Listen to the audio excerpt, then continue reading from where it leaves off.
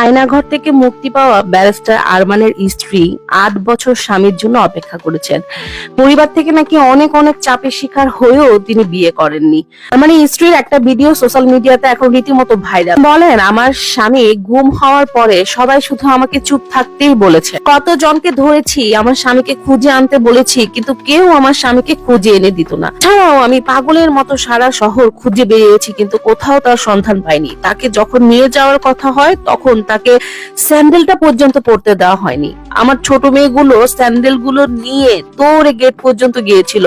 মা, বাবা তো স্যান্ডেল নিতে পারেনি। কথাগুলি তিনি বলতেছিলেন। তিনি আরো বলেন, আমি যেখানেই যাই, যেখানেই যেতাম, হসপিটাল বলেন, ব্যাংক বলেন, বাজার বলেন, মেয়ে দুইটা শুধু বাবাকে খুঁজতো আর বারবার জিজ্ঞেস করতো, মা বাবা তো আসেনি। কিন্তু কোনো উত্তর তাদের আমি দিতে পারিনি। আমাকে অনেক বিয়ের চাপ দেওয়া হয়েছে, অনেক ভাবে, কিন্তু আমি আর কখনোই আর কাউকে বিয়ে করব না আরমানকে ছাড়া।